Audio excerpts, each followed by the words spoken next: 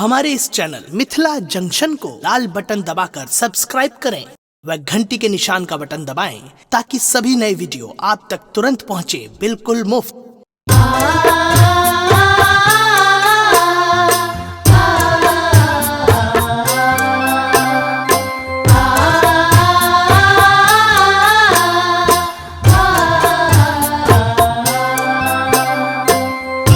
अपने सुन रही थी गंगा कैसेट की प्रस्तुति।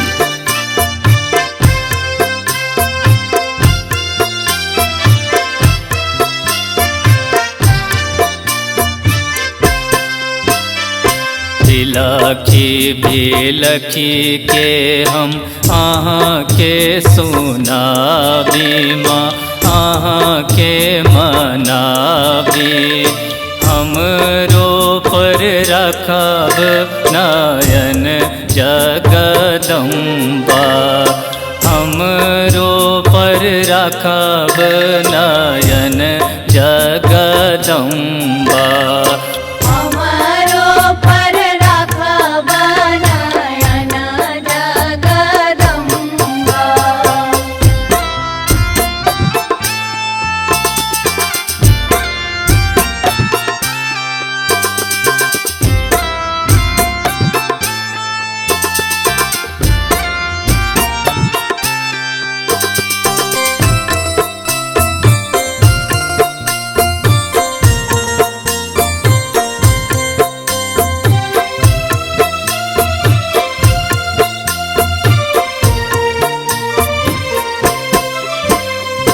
जगह भर दोसर न कियो हमको न रहबै से कते कष्ट सहबै।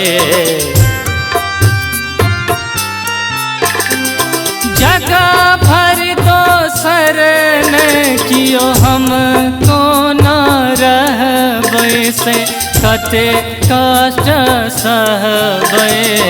करब के कर हम आस हे अम्बा गहब के कर हम चरण भवानी से चरण भवानी। धरब के कर हम चरण हे अम्बा।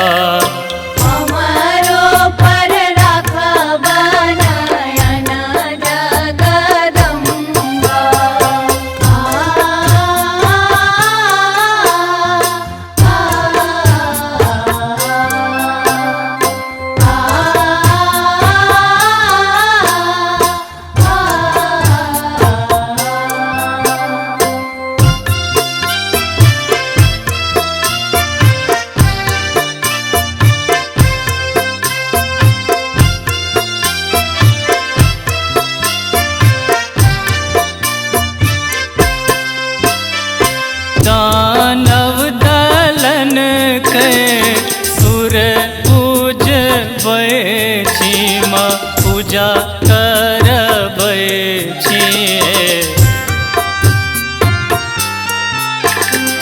दानव दलन के सुर पूजबै छी माँ पूजा करबै छी।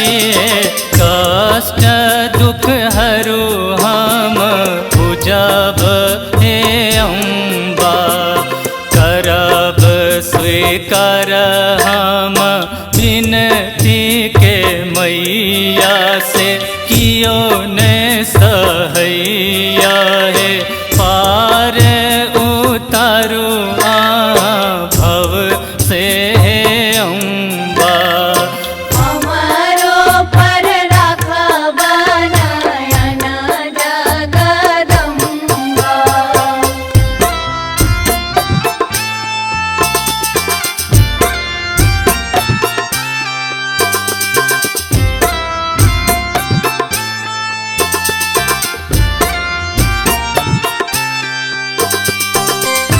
अपने सुन रही थी गंगा कैसेट की प्रस्तुति।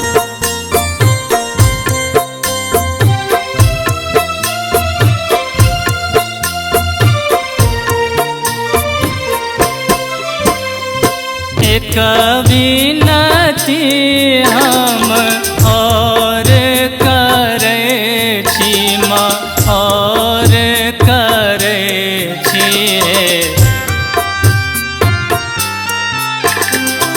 एक विनती हम और करे छी माँ और करे छिए। राखब आनंद गाम मोर जगदम्बा, सब मिले हम अहाँ के रे मन बैची माँ अहाँ के मन बैची। करब सभक दुख दूर हे अम्बा। हमरो पर राखब नयन जगदम्बा, हमरो पर राखब नयन जगदम्बा। हमारे इस चैनल मिथिला जंक्शन को लाल बटन दबाकर सब्सक्राइब करें व घंटी के निशान का बटन दबाएं ताकि सभी नए वीडियो आप तक तुरंत पहुंचे बिल्कुल मुफ्त।